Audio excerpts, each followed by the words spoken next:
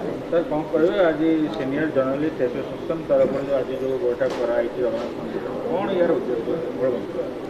मु कानूनंद senior journalist association राज्य सभापति आज ये भद्रक रे आमर वरिष्ठ सांबादिक संघर जो बैठक होता तार मुख्य ये था कि आमर संघ तरफ विभिन्न जिले में जो माने वरिष्ठ सांबादिक अच्छा प्रायतः 60 वर्ष ऊर्ध्व कि 60 वर्ष हवा को जाऊँच से नहीं राज्य में संगठित करवा कर मुख्य उद्देश्य है एबे हाईकोर्ट रे आम संघ तरफ सांबादिक को पेंशन दवापी गोटे रिट पिटिशन होता हाईकोर्ट सरकार को निर्देश देता जे आपको कार्यकारी करिया ये बाबद रे सरकार किसी कार्यपंथा ग्रहण कलेनी तेणु 2026 आम गोटे अदालत अवमानना केस हाईकोर्ट रे कलु हाईकोर्ट यही जून 23 तारिख रे सरकार को 3 मास टाइम देइचंती जे सांबादिक पेंशन कथाटा को यथाशीघ्र 3 मास समाधान करने तेणु सरकार या भितर यही पेंशन कार्यकारी करने तत्पर प्रकाश कर आज यही मीटिंग माध्यम सरकार को आम अनुरोध करुँ हाईकोर्ट रो जो निर्देश को कार्यकारी करंतु आ जिला ओडिशा रे थिबा वरिष्ठ सांबादिक माने जो माने सांबादिक वृत्ति निवृत्त रोचंती तांकु सोशल सिक्यूरिटी आकार रे किछि पेंशन दियंतु जहाँकि भारतवर्ष रे वर्तमान 19टा राज्य केंद्र शासित अंचल मन कार्यकारी करती तेणु ओडिशा रे सांबादिक माने जो प्रकार निरुत्साहित भाव दुर्विहा जीवन यापन करुचंती तांकु कौन सी आर्थिक सहायता यही पेंशन स्कीम लागू करने को आम सरकार को अनुरोध करा आमर उद्देश्य आज यह सहमति नहीं आम भद्रक जिले में मीटिंग होता भद्रक रे आमर बहुत बंधु मैंने आस आम सहित जोग आगामी दिन में लड़े को समर्थन करेंगे। धन्यवाद। मु Pradeep Chaudhary vice president Odisha senior journalist association. Exactly आम संघर आभिमुख्य होउची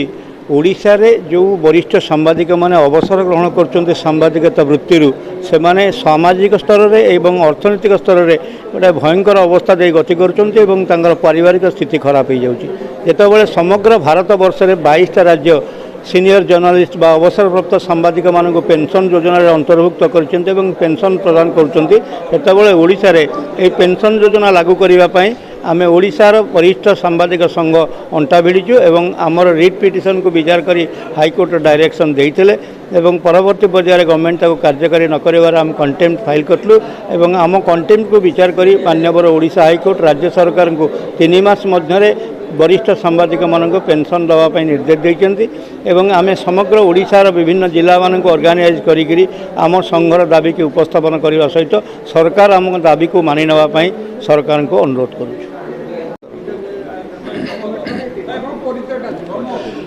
मु दुर्गाशंकर विश्वाल भद्रक जिला वरिष्ठ सांबादिक संघर सभापति।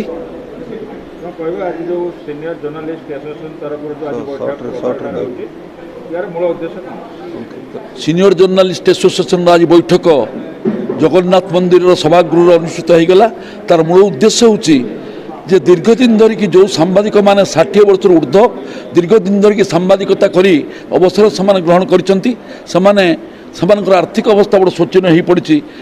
आने आर्थिक अनटन भितर एवं स्वास्थ्यगत कारणरू से बहुत दुख जंत्रणा कष्ट सह्य कर ऑल ओडिशा सांबादिक वरिष्ठ सांबादिक संघर निवेदन क्रमे हाईकोर्ट रे जो अपील करथिले हाईकोर्ट राज्य सरकार को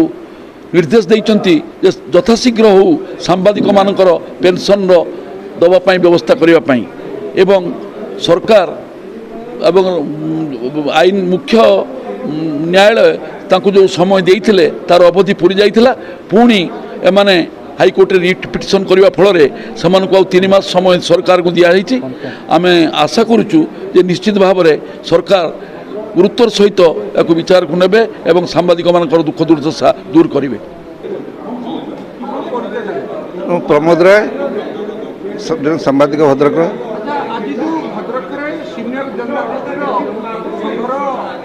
ବସିଥିଲା ଏବଂ ରାଜ୍ୟ ନେତୃତ୍ୱ ଆସିଥିଲେ ତା ଦେହରେ ଆପଣ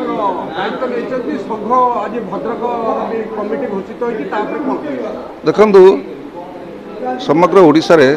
ଯେଉଁ ଅବସର ଯେଉଁମାନେ ନେଲେଣି ବା ଯେଉଁମାନେ ବର୍ତ୍ତମାନ 60ରୁ ଉର୍ଦ୍ଧ୍ୱ ସାମ୍ବାଦିକମାନେ ସେମାନେ ମାଲିକମାନଙ୍କର ଦ୍ୱାରା ଯେଭଳି ଶୋଷିତ ହେଉଛନ୍ତି ତାହା ସମସ୍ତେ ଜାଣନ୍ତି। ଅନେକ ଏପର୍ଯ୍ୟନ୍ତ ପଇସାଟିଏ ପାଉନାହାନ୍ତି, ଦରମା ପାଉନାହାନ୍ତି। ଏଭଳି ଅବସ୍ଥାରେ ରାଜ୍ୟର ଯେଉଁ ବରିଷ୍ଠ ସାମ୍ବାଦିକ ସଂଘ ଯେଉଁ ଯୁଗାନ୍ତକାରୀ ପଦକ୍ଷେପ ନେଇଛି ସେ ହାଇକୋର୍ଟରେ ମାନ୍ୟବର ହାଇକୋର୍ଟରେ ଆମମାନଙ୍କର ପେନସନ୍ ପାଇଁ ଯେଉଁ ଅପିଲ କରିକି ଯେଉଁ ଏକ ଦୃଷ୍ଟାନ୍ତମୂଳକ ପଦକ୍ଷେପ ଗ୍ରହଣ କରିଛି ଏବଂ ସରକାର এই যে বিচার বিমর্শ করুଥିବାର ଆମେ ଶୁଣିବାକୁ ପାଉଛୁ ଏବଂ ଖୁବ୍ ଶୀଘ୍ର ଆମେ ଆଶା କରୁଛୁ ସରକାର ଆମମାନଙ୍କର ସିନିୟର ଜର୍ଣ୍ଣାଲିଷ୍ଟ ଆସୋସିଏସନ ସଂଘର ଯେଉଁ ଦାବି ତାକୁ ପୂରଣ କରି ଆମମାନଙ୍କୁ ନିଶ୍ଚିତ ଭାବରେ ଆମମାନଙ୍କୁ ସହାୟତା ଦେବେ ବା ସାହାଯ୍ୟ କରିବେ। ଏପରି ପରିପ୍ରେକ୍ଷୀରେ ଭଦ୍ରକରେ ମଧ୍ୟ ଆମର ସେ ଯେଉଁ ରାଜ୍ୟ ସଂଗଠନ ଯେଉଁ ରାଜ୍ୟର ଯେଉଁ ବରିଷ୍ଠ ନେତୃବୃନ୍ଦ ଆସିଥିଲେ ସେମାନଙ୍କ ଉପସ୍ଥିତିରେ ଆମର ଗୋଟେ ଭଦ୍ରକ ଜିଲ୍ଲା କମିଟି ଗଠନ ହୋଇଛି। ସଭାପତି ଭାବେ ଦୁର୍ଗାଶଙ୍କର ବିଶ୍ୱାଳ ଏବଂ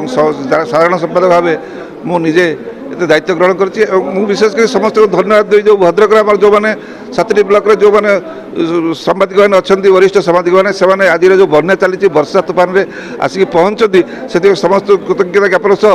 ରାଜ୍ୟରେ ଯେଉଁମାନେ ଆସିଛନ୍ତି ସେମାନଙ୍କୁ ଧନ୍ୟବାଦ ଜଣାଉଛି।